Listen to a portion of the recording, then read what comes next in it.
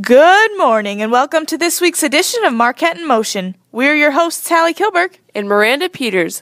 Thank you so much for joining us today. This week, Hallie and I have a little Guess the Year game for you, as well as a very special interview. In segment 2, Justina will be here with the State Physics Olympics results. And the guys, as always, will be here with the sports report. To start off segment 3, Luke will be here with this week's senior interview. And to end the show, Macy Namu will be looking ahead.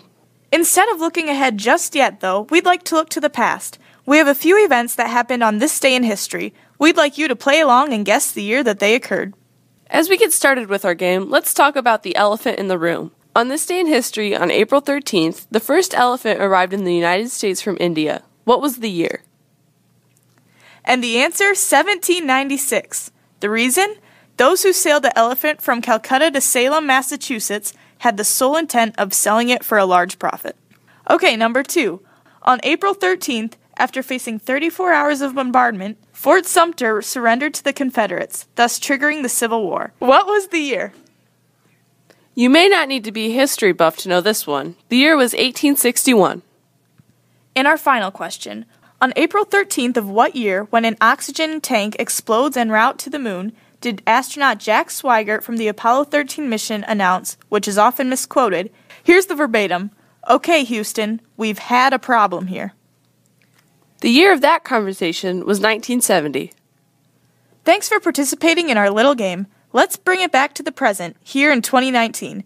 Now, our present here is actually your past, as we record this on Friday, April 12th. With us today is Brooklyn Moore, a senior at Marquette High School, who will tonight host an event for our high schoolers. Thanks, Brooklyn, for being here with us today. Thanks for having me. So first of all, what does this movie night entail? Well, on the poster that I have all over the school, there's snacks, fun, and obviously a movie, which is called Gosnell. So can you tell us a little bit about Gosnell or what it's about? So it's about Kermit Gosnell, who over 30 years performed a lot of abortions, over hundreds and thousands, and it's honestly simply about the investigation where they go into his clinic and you get to see the unhealthy circumstances where the women had to have their abortions, as well as his whole trial. What inspired you to host this event? Well, for my senior service project, I'm working with Dubuque County Right to Life, and I've done a lot of speeches, and I'm working on making a movie, but I wanted to do something that I could outreach to the kids in my school and just the community of Bellevue. So I thought it'd be fun, especially since I love movies, and I think movies are a great way to reach people and their emotions. That's awesome. Why do you think it's so important to share the pro-life message with so many people? Well, obviously, I am pro-life myself, and I think a lot of people are misinformed about pro-life and pro-choice. So I'm hoping that this event is one way that they can become more informed and see just how bad abortion really is. Well, thank you so much, Brooklyn, not only for being here with us today, but also for putting on this event. You're very welcome, and thank you for having me. And lucky for you, we've put together 2 more segments for you to enjoy. Don't go away, we'll be back with more Marquette in Motion after the break. Welcome back to Marquette in Motion. Here now is Justina Denlinger informing us on Physics Olympics.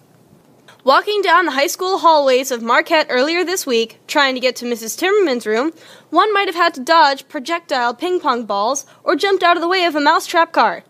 Once in Mrs. Timmerman's science classroom, you might have found the area bursting with piles of soda straws, mousetraps, CDs turned on their sides, strings, balls, toothpicks, and many other seemingly random objects. No, Mrs. T was not doing some spring cleaning, but rather her students were preparing for the annual state physics competition. Students from a variety of classes engaged in qualifying rounds during the first week of April, and eventually the final team was created. This past Tuesday, April 9th, that physics team consisting of seniors Jake Kyle, Tyler Kramer, Garrett Krieg, Brooklyn Moore, Sonny North, Ethan Pfiffner, and Jeb Schwager, juniors Matthew Brinker and Hallie Kilberg, and sophomores Carson Mickles and Julian Nam traveled to the University of Northern Iowa to compete in the state physics competition. Brooklyn Moore and Sunny North created the soda straw arm that took second place. Ethan Pfiffner and Garrett Creed competed in the toothpick bridge and claimed third place. Matthew Brinker, Jake Kyle, and Tyler Creamer earned third place with their catapult. And Hallie Kilberg and Jeb Schwager were awarded sixth place in the challenge problem. Overall, Marquette's team left Cedar Falls with a second place finish. Congratulations to all of the students on their very hard work. And speaking of physics, let's get back to Marquette in Motion. For Marquette in Motion, this is Ben Justina Denlinger. Thanks, Justina. Now here are the guys with the sports report. Thanks, girls. We'll begin with last week's results. In track at the Beckman meet, the girls' distance medley brought home a fourth-place finish. On this evening, Hallie Kilberg also placed second in a 3,000-meter run. In soccer from last Friday, April 5th, the girls traveled to take on Galena. However, they came up short of a win in the end, losing the match 0-2. In golf from last week at the Prince of Peace meet in Clinton, our Marquette team was not able to come home with a win. Beginning with this week's sports action, soccer and golf both saw action on Monday. The varsity soccer teams faced off against Anamosa at home. On this evening, the girls found their first win of the season, with a final score of 3-2. The boys had another impressive showing, with a 2-0 shutout win against the Raiders. The track teams traveled to Central City on Tuesday, April 9th. On this rainy evening, the girls' 4x8 team took second place. Also, Hallie Kilberg finished third in the 1,500-meter run. On the boys' side, Nick Hager placed third in the high jump, and Brady Templeton placed third in the long jump. Fast forward to Thursday the 11th, the boys' soccer team's game against Wahlert had been postponed due to weather and field conditions. To round out the week, the golf teams traveled to Lisbon yesterday, and the boys' soccer team is currently taking part in a tournament in Waterloo today. But we'll have those results coming next week. For Marquette in Motion, this has been Jeb Schwager And Garrett Krieg with your Marquette Sports Report. Thanks, guys. Don't go away. We'll be back with more Marquette in Motion after the break. Welcome back to Marquette in Motion. Here now is Luke Keys interviewing senior Gwen Davis. Hello everybody, this is Luke Keys for Marquette in Motion. Today in our segment of Meet Marquette, we have one of my classmates, Gwen Davis. Gwen, thank you for being here. Thanks for having me, Luke. Now, Gwen, what are your plans for after high school? I plan on attending Iowa State University in the fall of 2019. So what will you be majoring in, if you know at all? I am not completely sure what I want to major in yet. I'm planning on getting there and starting a lot of gen eds and getting those out of the way, and then hopefully finding something along the way that piques my interest. Well, do you have any, do you have some kind of field that you might be interested in, or do you not really know, or is there kind of one main field that you're interested in, like maybe medicine, maybe something with accounting, or I don't know, something like that? I mean, I really like English, and I think maybe I could turn that into something where I would be a teacher or something. I've thought about that a couple times, but I just don't know if I could be a teacher.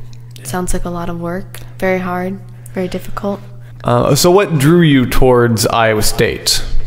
It was just really welcoming, very friendly, a lot of nice people. I was really struggling on picking between Iowa State University and the University of Iowa, but chose Iowa State because when I got there, I was just like, this feels really, really comfortable, and it's like home.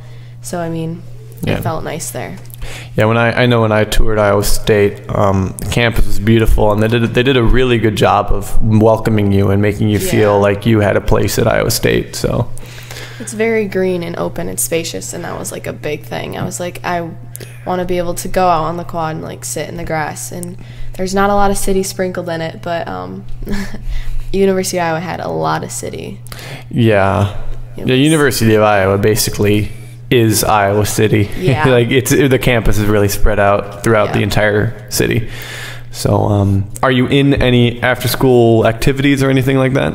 Right now I'm in soccer. I do that every single day after school. We have practice, and then sometimes we have games, but I've been doing that since like the middle of March. But I'm also in cheer, and I also do soccer. I do some stage crew and a couple other things. So what are your thoughts on Marquette?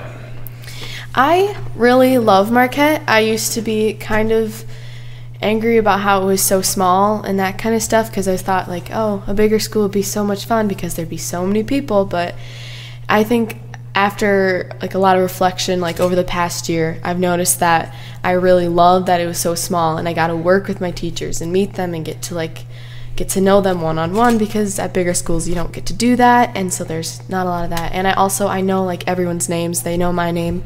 I can talk to like any single one of them and be perfectly okay. I know their families. They know my families. It's really like family oriented, and we're all really driven towards academics and extracurriculars. So I think it's a really safe, happy place. All right, well, thank you very much for being here, Gwen. Thank you, Luke. And thank you, listeners, for tuning in once again to Meet Marquette. This has been Luke Keys signing off. Thanks, Luke. Up next are Macy and Amy looking ahead. On Monday, April 15th, there is a varsity girls and boys soccer game at home versus Western Dubuque beginning at 4:30. There is also a varsity girls and boys golf meet at Prince of Peace beginning at 9. Tuesday brings a flurry of events. First, there's a junior high track meet at 4 p.m. at Bellevue. There is also a JV varsity girls and boys golf meet at 4 p.m. at home, a co-ed track meet at Tipton at 4:30, and a varsity JV boys soccer game at 4:30 at Postville. On Thursday, the 18th, there is a JV varsity boys and girls golf meet at Northland beginning at 4. There is also a varsity girls and boys soccer game at home versus West Branch beginning at 4. And on Good Friday, there will be no school. For looking ahead, this has been Amy Sieverding and Macy Kramer for Marquette in Motion. Thanks, girls. And now may this day go down as a great one in your history book. For Marquette in Motion, this has been Miranda Peters and Hallie Kilberg. And remember, stay informed, stay involved, stay in motion.